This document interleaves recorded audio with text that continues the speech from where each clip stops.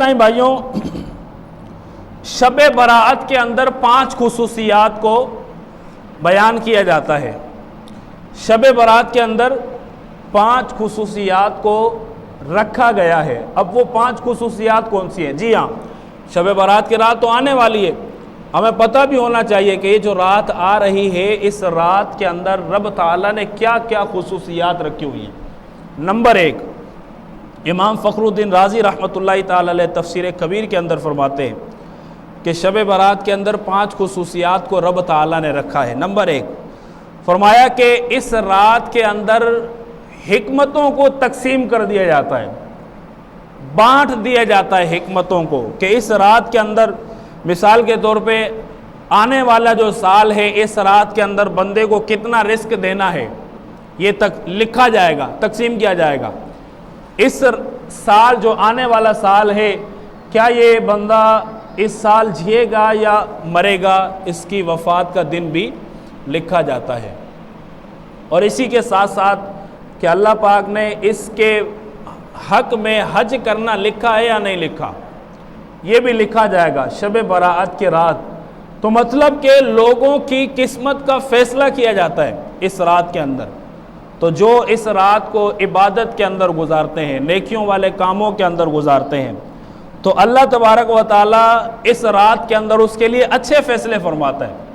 تو جو بندہ اس رات کو ہی غفلت کے اندر گزار دے، اس رات کو ہی سو کر گزار دے، اس رات کو ہی گناہوں کے اندر بسر کر دے، جی ہاں ایسا ہوتا ہے، یہ بخشش طلب کرنے کی رات ہے۔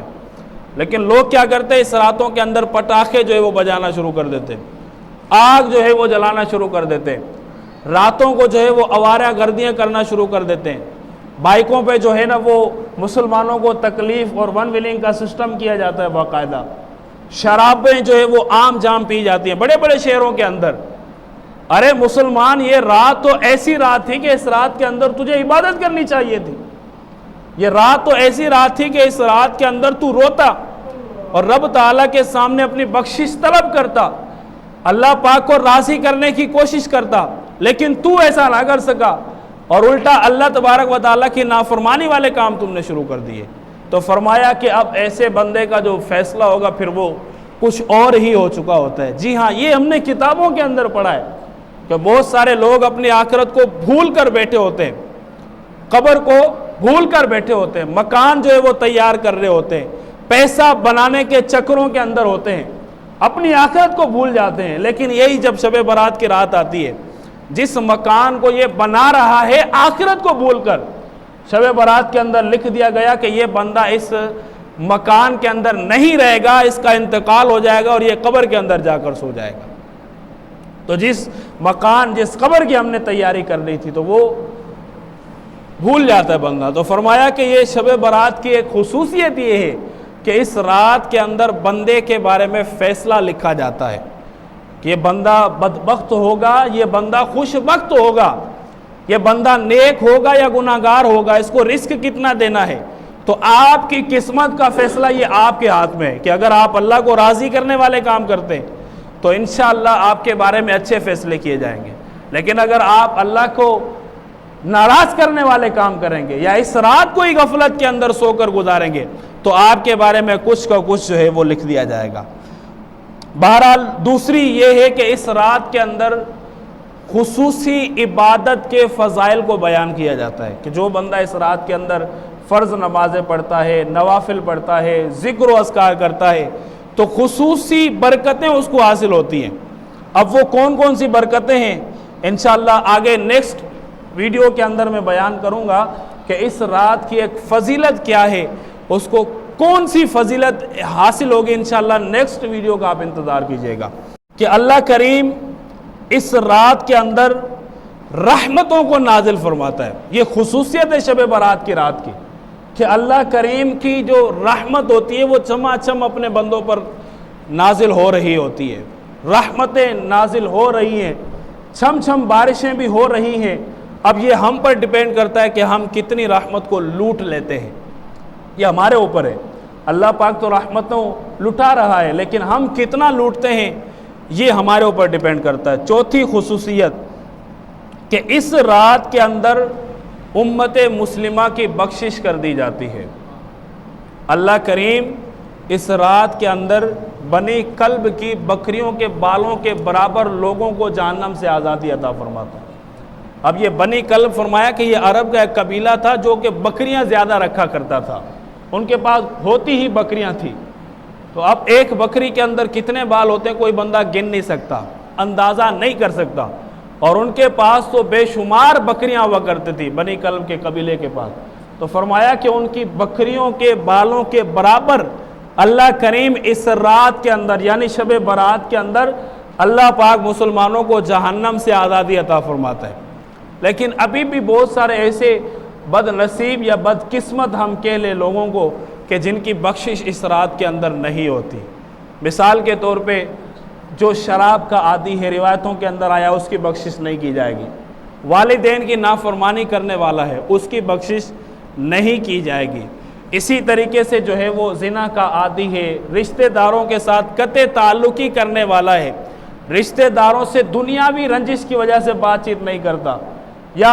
اپنے دل کے اندر لوگوں کے بارے میں بغض رکھتا ہے، کینہ رکھتا ہے، حسد رکھتا ہے، تو فرمایا کہ یہ ایسے بندے ہیں کہ شب براءت کے رات اللہ کریم ان کی بخشش نہیں فرمائے گا۔ تو ہم غور کریں، آپ بھی دیکھنے والے غور کریں، کیا یہ جو بندے بیان کیے گئے کیا میں ان میں سے تو نہیں ہوں؟ اگر ان میں سے ہوں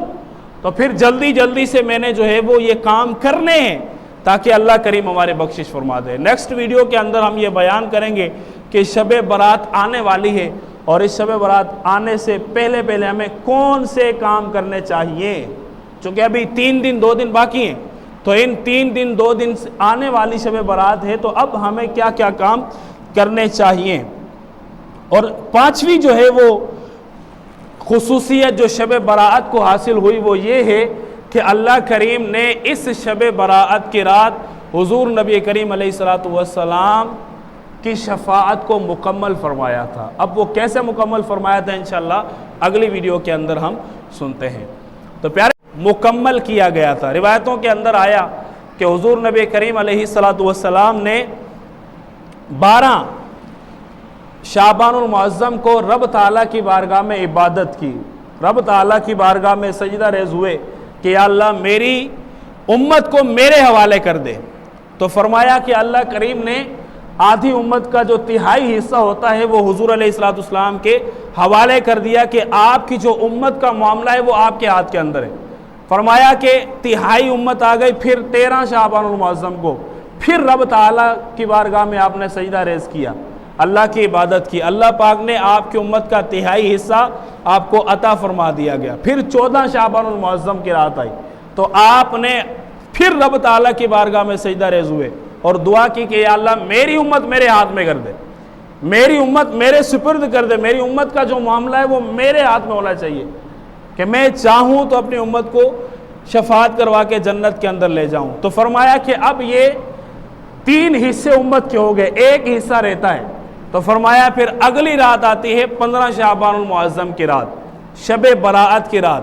کہ اللہ کریم نے شب براءت کی رات آپ کی شفاعت کو مکمل فرمایا اور فرمایا کہ اے میرے محبوب میں نے آج اس رات کی برکت سے آپ کی ساری امت میں نے آپ کے سپرد کر دی۔ تو فرمایا کہ یہ شب برات کی خصوصیات میں سے ہے کہ اللہ کریم نے اس شب براءت کے اندر آپ کی دعا کو قبول فرمایا، آپ کی شفاعت کو مکمل فرمایا اور امت آپ کے ہاتھ کے اندر کر دی گئی، امت آپ کے سپرد کر دی گئی۔ تو بہرحال یہ 5 خصوصیات جو ہے وہ احادیث کریمہ کے اندر بیان کی گئی کہ جو شب براءت کو حاصل ہونے والی ہے۔ تو پیارے اسلامی بھائیوں، شب براءت کی جو رات ہے نا، یہ شب براءت کی جو رات ہے یہ بڑی نازک رات ہے، اس کو بندہ سیریس لے، اس رات کو غفلت کے اندر نہ گزارا جائے۔ قرآن کریم کے اندر رب تعالیٰ نے ارشاد فرمایا کہ فیہا یفرقو کل امر حکیم، کہ اس رات کے اندر ہر حکمت والا کام جو ہے وہ بانٹ دیا جاتا ہے۔ حضرت عطا بن یسار رحمۃ اللہ تعالی علیہ فرماتے ہیں کہ جب نصف شعبان کی رات یعنی شب برات کی رات آتی ہے تو حضرت ملک الموت علیہ السلام کو ایک صحیفہ دیا جاتا ہے اور حکم ہوتا ہے کہ اس میں ان لوگوں کے نام کو لکھا جائے کہ جن کی روح اس سال قبض کرنی ہے۔ وہ صحیفہ حضرت اسرائیل علیہ السلام کو دیا جاتا ہے اور فرمایا کہ اس رات کے اندر ان لوگوں کے نام لکھے جائیں گے جن کی روح جو ہے وہ قبض کرنی ہے۔ فرمایا کہ آدمی جو ہے وہ غفلت کے اندر زندگی گزارتا ہے، شادی بیاہ کے اندر مصروف ہوتا ہے، اپنی آخرت کو بھول گیا ہوتا ہے، دنیا کمانے کے اندر پیچھے لگا ہوا ہوتا ہے، لیکن اس کو پتہ نہیں ہوتا کہ اس شب برات کی رات اللہ کریم نے اس کی موت کا پروانہ جو ہے وہ حضرت اسرائیل علیہ السلام کے ہاتھ میں دے دیا ہے۔ یہ بندہ آگے جو آنے والی شب برات ہے، اگلے سال کی شب برات، یہ دیکھ نہیں پائے گا۔ کیوں نہیں دیکھ پائے گا؟ کیونکہ اس کا جو نامہ اعمال کے اندر